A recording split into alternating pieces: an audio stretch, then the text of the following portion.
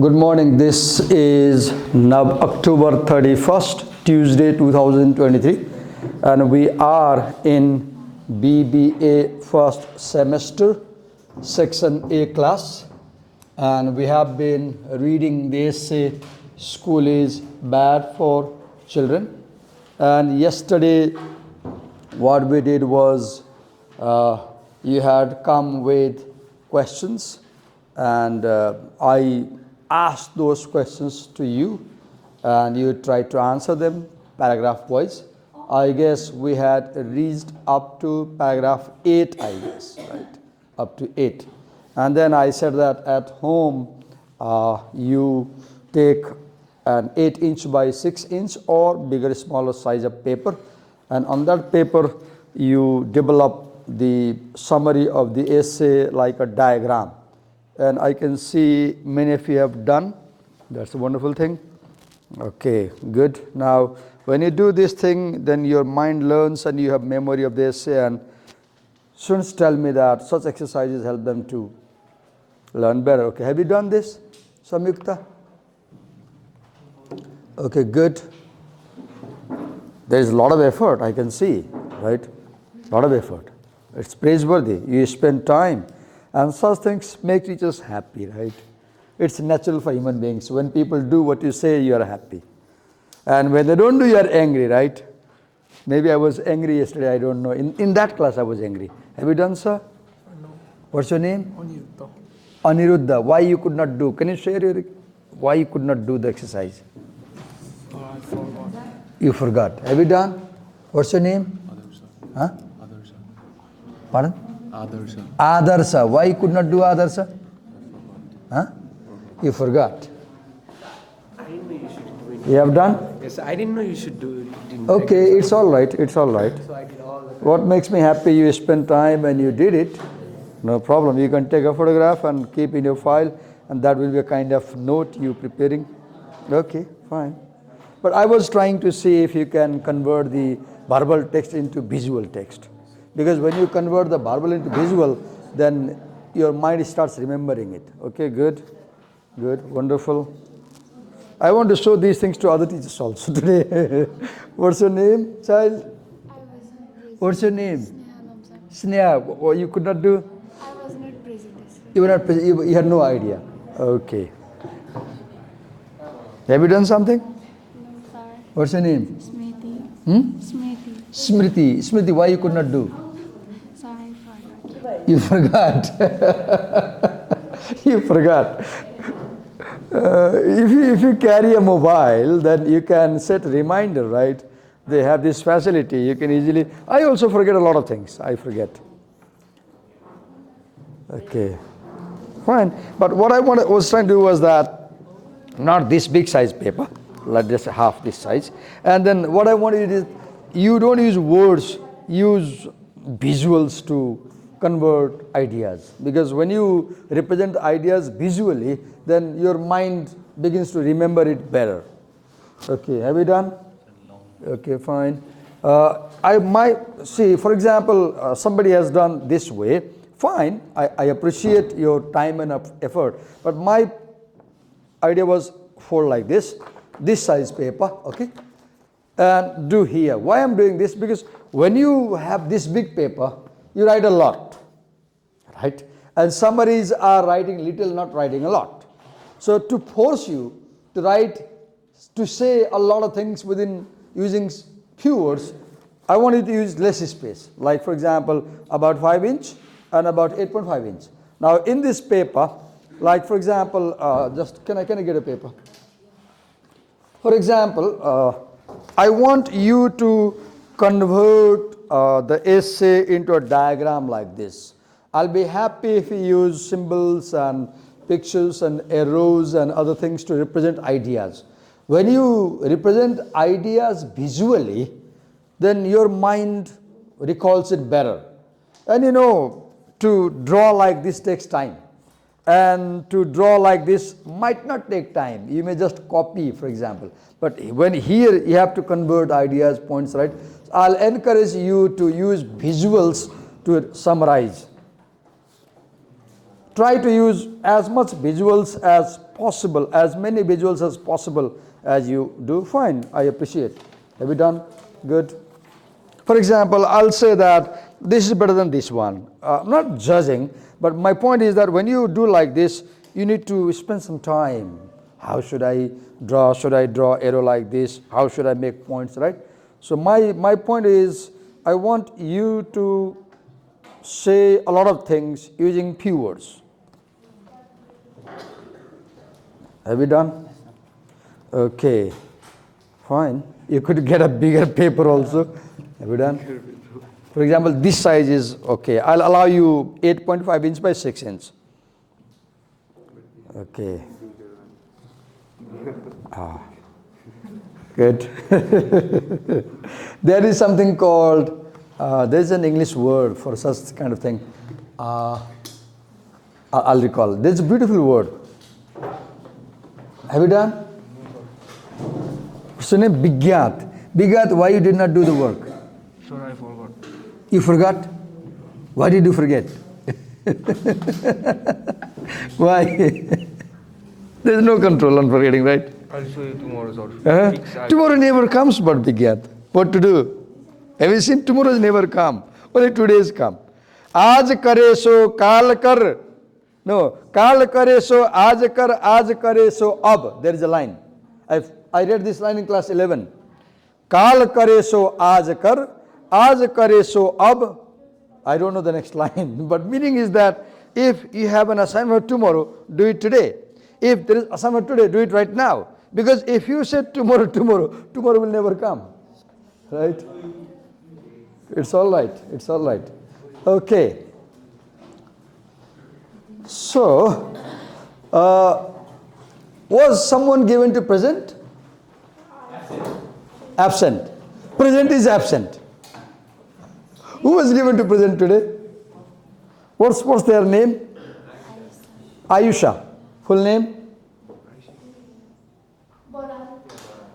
Ayusha Baral. So Ayusha was assigned to present on this chapter? Okay. Okay, leave that. If anybody is willing to come here and say, Divakar sir, I'll present from paragraph 9 to 15 or 9, 10, any, I'll welcome.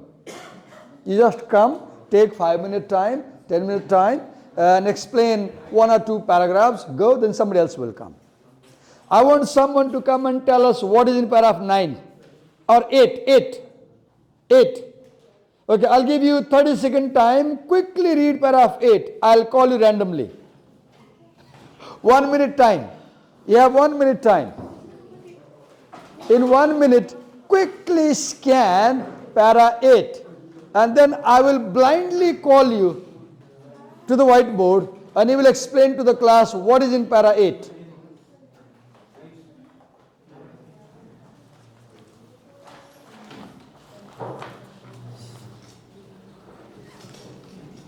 You have 1 minute.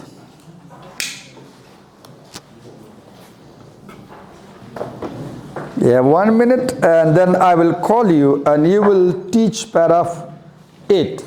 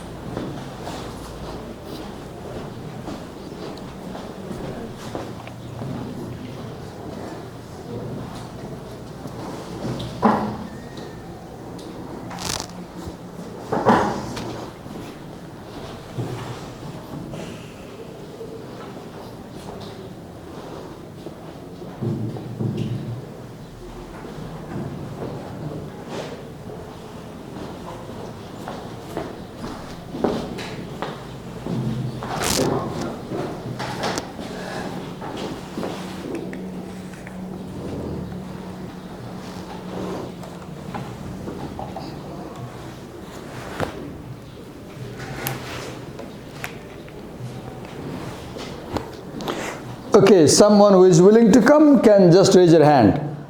So I will come. Paragraph 8 talks about solution, and it says that solutions can be short term and long term. And then it proposes a solution about I don't know, attendance or something. So this is section A. So we invite, here we go. Okay, this is Rupa Ghartimagar. Absent. So we'll select somebody else. Here we go. This is Akriti Dangol. Okay. So Akriti, come and just explain your friends what is in paragraph 8. Then we'll call somebody for 9. You can take 5 minutes.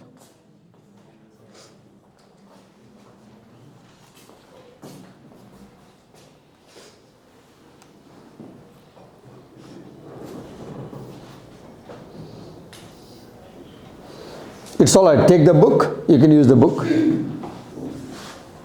Don't worry. Just try to outline major points and then explain. Okay, okay. You can take any help.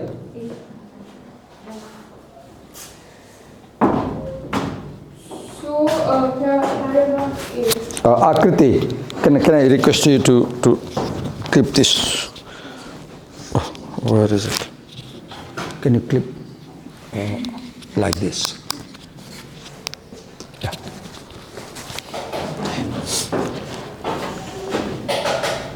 So this paragraph talks about attendance, compulsory attendance. Okay, it talks about compulsory attendance. Fine.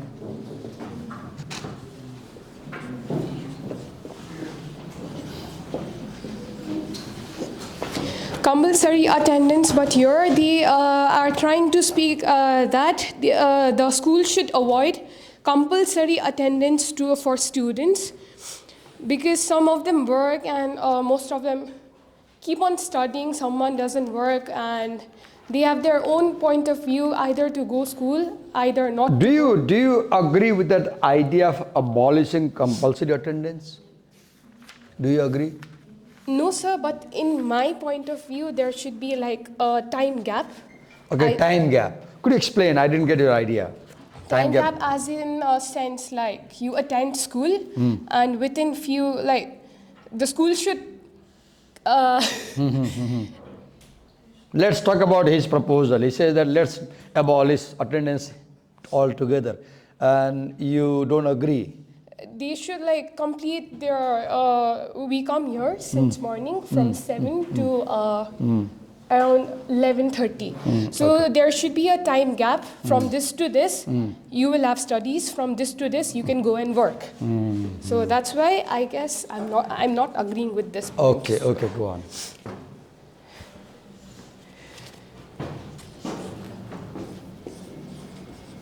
Paragraph leads to disagreement.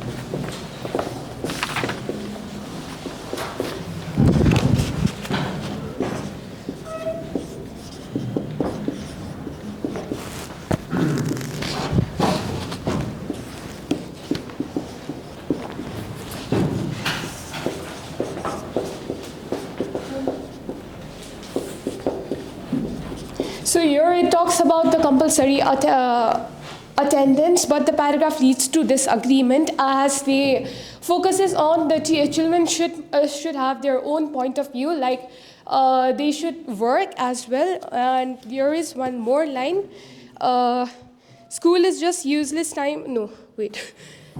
Remain in paragraph 8 and refer lines from paragraph 8. Yes, sir. Fine. Where is that line? Is there any class who does not be there, only doesn't learn anything himself like that?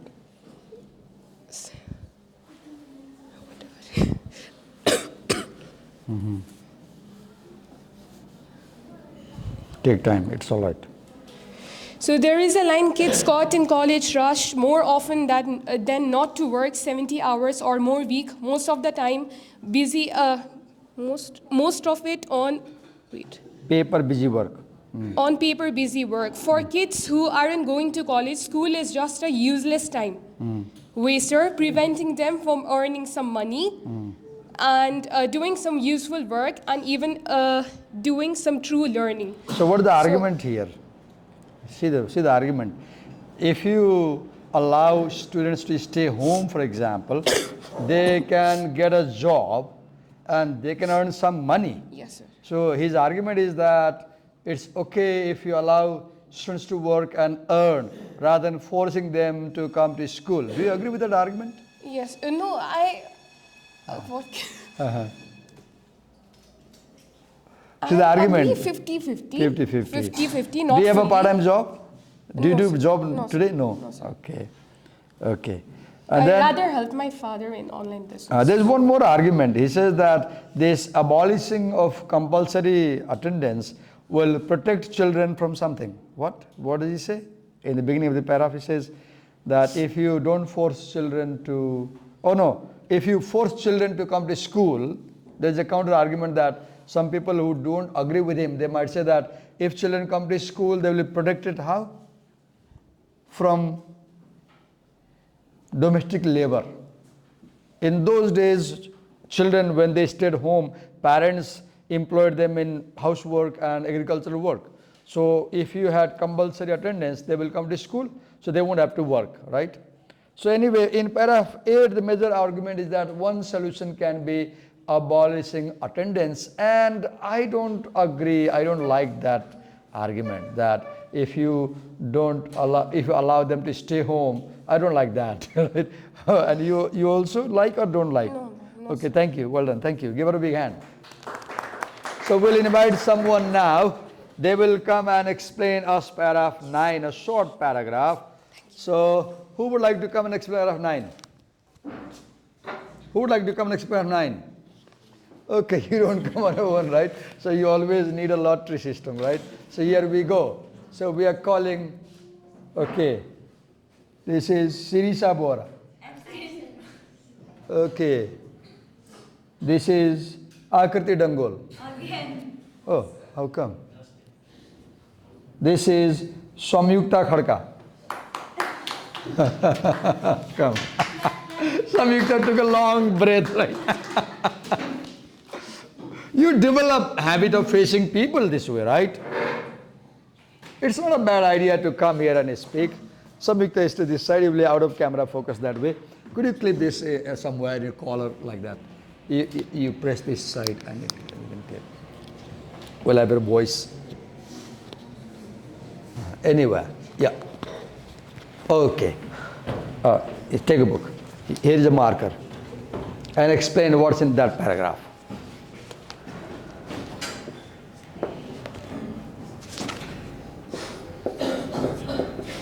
Paragraph 9.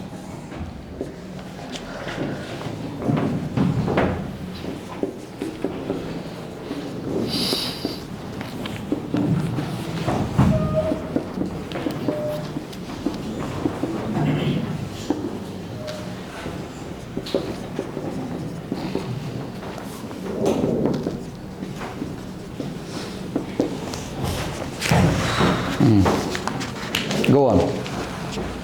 In paragraph 9, the author has author thinks that people might have objections that if children don't go to school, they might be roaming around in the streets.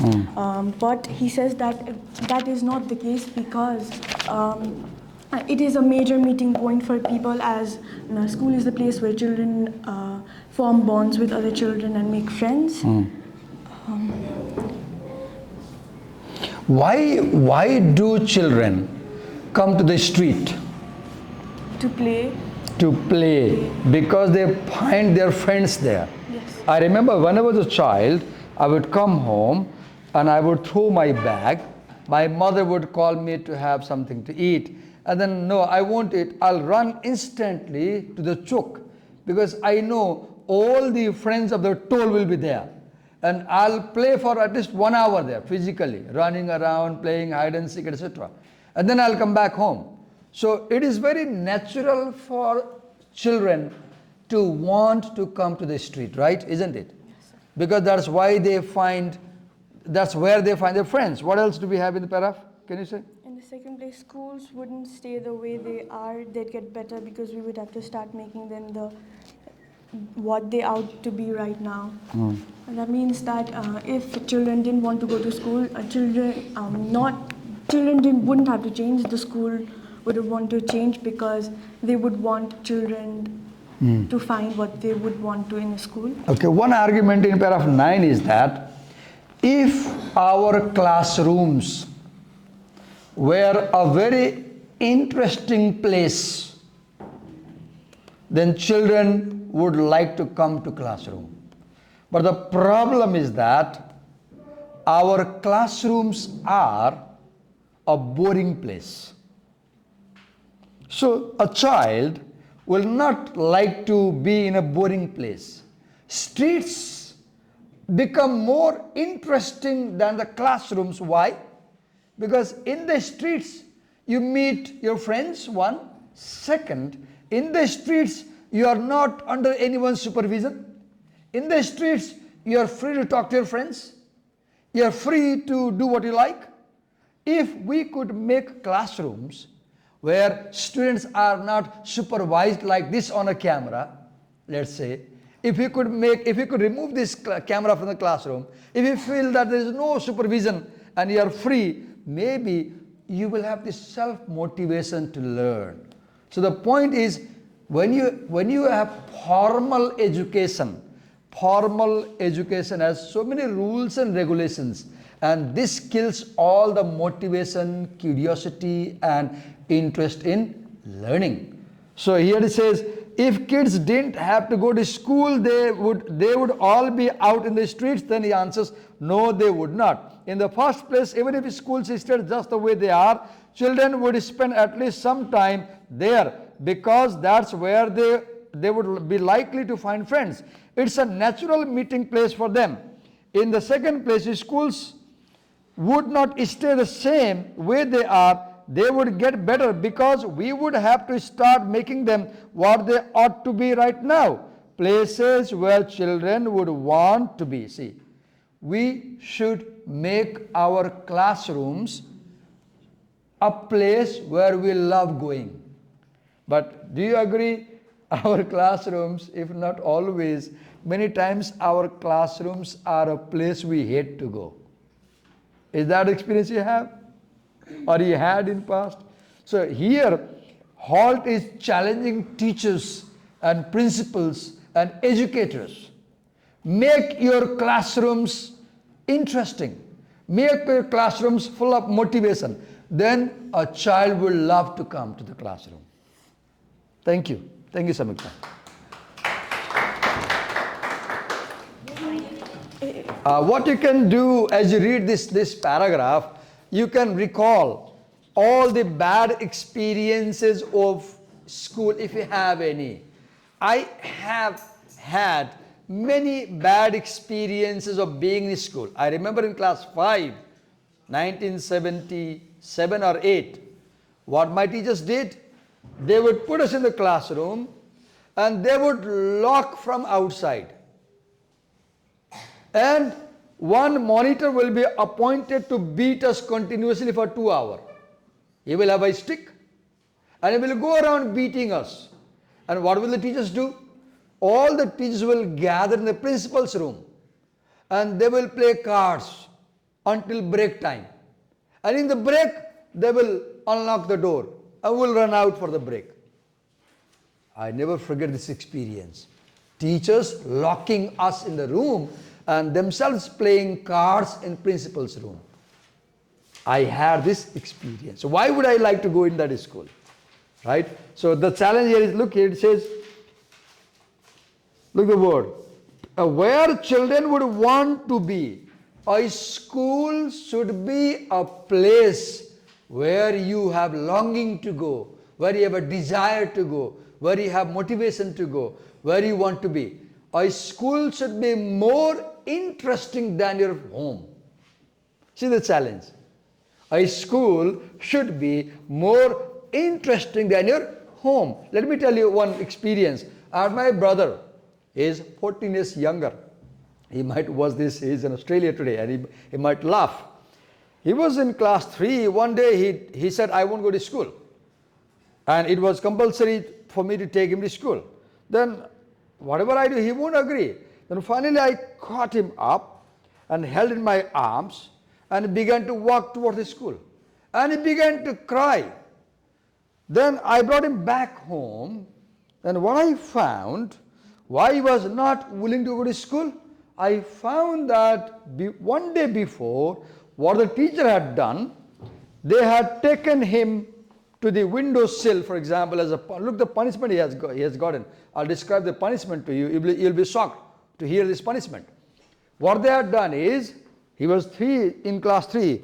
They made him sit here like this, doing the hands back, and they tied the hands in the iron bar of the window. They had tied the hands in the iron bar. And for 1 whole hour, he was made to sit like this on this windowsill. He had undergone this punishment one day before. And next day, he would die but not be ready to go to school. Now I remember, if as a teacher, if as a school, you punish children like that, why would they go to school? Right? I shared 2 experiences with you. If you have had similar experience in life, you too can write and mail me. Divakar sir, here is my bad experience. I invite everybody back home this afternoon, sit down while basking in the sun and recall some unpleasant school experiences and write. Okay? And send me. I'll be happy to read it. You have one? You have an experience? Oh, you had forgotten earlier, right? No, sir, I have made just now. You made right. I appreciate. He did the work while he just made this card. Wonderful, Bigyan. I'm glad. Thank you. I'll see it. Let's invite Bigyan to present this time, right? Bigyan, come. It's nothing big. Come. So which paragraph? Come. So Bigyan will present. Yeah, Bigyan will present, right? Come, Bigyan. Could you clip it? I'll help you. Yes. Hi. So we are in paragraph 10. Can you explain paragraph 10? No. 10? Or you would like to present your card? Okay, No. Okay, read 10. We'll help you. Come here. Read 10 loud. Read aloud. We'll help you. Read it aloud. You are not in camera, don't worry. You are not in camera. If kids didn't have to go to school, they all... Paragraph 10, there is something easier. Oh, there is something easier we could do. We need to get kids out of the school building, given them a chance to learn about the world at first hand. It is very recent idea and crazy one, that the way to teach our young people about the world they live in is to take them out of it and sort them up with brick boxes. Fortunately, educators are beginning to realize this. In Philadelphia and Portland, Oregon, to pick only 2 places I happen to have heard about, plans are being drawn up for public school that won't have any schools building at all. That will take the students out into the city and helps them to use it and its people as learning resource. In other words, students, perhaps in groups, perhaps independently, will go to libraries, museums, exhibits, courtrooms, legislature, radio and TV station, meeting, business and laboratories to learn about their world and society at first hand. A small private school in Washington is already doing this. It makes sense. We need more of it. Okay, so what is the idea here? See, it says we need to get kids out of the school building, give them a chance to learn about the world at first hand. Bigyan, let's talk. Did your school, primary school, ever take you to visit places? Yes. Yes? Can you remember somewhere? Where had they taken you? When? Where? Changunarayan. Changunar. In which class were you? UKG. Huh? UKG. UKG. Ah. Do you have a photograph? No. No? Okay. Do you remember what happened back then? Can you remember? No? Well, okay. Why had they taken you to Sangnan? Picnic or something? Why? Or to teach you something about history? Why had they taken you to Sangnan? To project work here. Project There work. was a project work. In which subject? In UKG project work. Unimaginable. Dosai vacation. Huh? Dosai vacation project. Dosai vacation project work. And you did that. Wonderful. Thank you. Well done. Thank you so much. So what the argument here is that take students out of school into society. Let them see the world at first hand and they will learn. See the one word here. He calls schools as brick boxes. Will you like to be packed up in a box? No. So don't make schools boxes, brick boxes, right? Schools should be like open gardens, right? Okay. Now let's invite somebody else, or I will do paragraph 11. I'll read and then I'll call somebody for paragraph 12. As we help children get out in the world to do their learning there, we can get more of the world into the school. Aside from their parents, most children never have any close contact with any adults except people whose sole business is children. No wonder they have no idea what adult life or work is like. We need to bring a lot more people who are not full-time teachers into the school and into contact with the children. In New York City, now example, in New York City, under the Teachers and Writers Collaborative, real writers, working writers, novelists, poets, playwrights come into the schools, read their work and talk to the children about the problems of their craft. The children eat it up. In another school, I know of a practicing attorney from a nearby city comes in every month or so and talks to several classes about the law. Not the law as it is in books, but as he sees it and encounters it in his cases, his problems, his work, and the children love it. It's real, grown up, true, not my weekly reader, not social studies, not lies and baloney. So last time you remember, this college had invited one motivational speaker. What was his name? There was a motivational speaker here in college last time. What is his name? Swami Samarpanananda. Swami Samarpanananda. And he had spoken about life management skills, right? So do you remember in his school time, did your school invite outside people in the classroom as guest lecturers?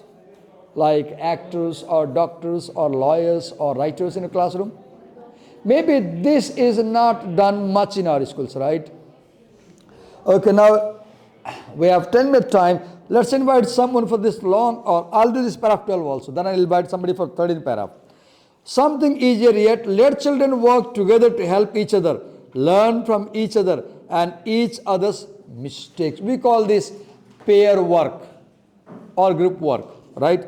So look, right now you can see you are working in pairs. When I ask you to read, I see that you two people together read books and make notes. So rather than teachers helping you, your friends' help can be more effective, right? That we know now from the experience of many schools, both rich suburban and poor city, that children are often the best teachers of the other children. What is more important? We know that when a 5th or 6th grader who has been having trouble with reading starts helping a 1st grader, his own reading sharply improves. Look, I remember my principal saying in grade 12, if you don't understand something, try to explain that to somebody and you will understand. Here it says, suppose you are in BBA and you start teaching a grade 6 child reading, how to read. So when you teach a grade 6 child how to read, you start learning how to read. Right? You yourself start learning how how to read. So being a teacher is wonderful because when you teach, you learn. When you teach, you learn. So if rather than teachers teaching, if we invite one student to help another and help each other, they will be learning this way.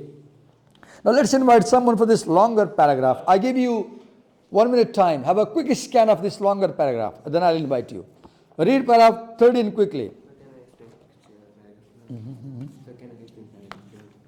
You want to explain here? Okay, come. We'll invite somebody for paragraph 11. Paragraph 11, I guess? Okay. 12, okay, go on. Marker is there. Please clip this recorder. Yeah.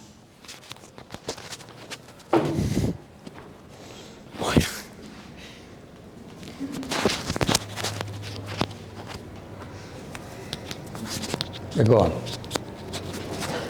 Let me help you.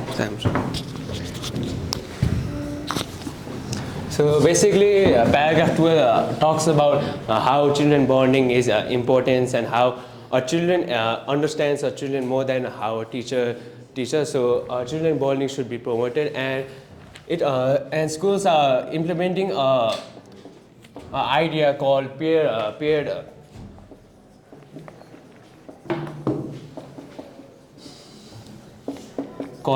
where students are grouped together to do the various works, various tests, and also get the marking, and also divide the marking with the pair. Yes, so that's it. Oh, you want to say that? Could you repeat that? What is explaining once again? So the 12th paragraph explains about how children bonding should be promoted and how our children understand our children more than our teacher, and many schools are implementing. A child will understand his friend. And as a child's the best teacher is their other child. Okay, I like this idea. A child's best teacher is another child. Why this is so? Why do you think? Do you think that you will learn easier with her than with me? Do you agree? Why you think so? Because like she already get knowledge from you, and it's like in shorter forms you'll explain us. Like Okay. Your friend listens to the teacher. She understands what the teacher said, and she transfers the knowledge to you, and you think it's more effective. Do you agree with her? To some extent. Okay. Thank you. Well done for the explanation. So the point here is that I agree, because when you talk to your friend, you have no hesitation, right? Because your friend is not your senior. Your friend is not going to judge you. Your friend is not going to give you marks for that, right? And your friends are closer to you than your teachers. And there is no doubt when your friends teach you, it may be more effective. So in tomorrow's class, we'll begin with next chapter. I'll spend a couple of minutes explaining paragraph 13, 14, 15, and then we'll move with next chapter. That is, who is given to present the next one?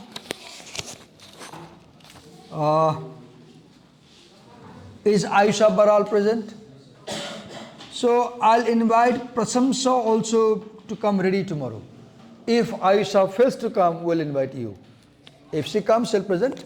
If she has any trouble, you will present. Thank you.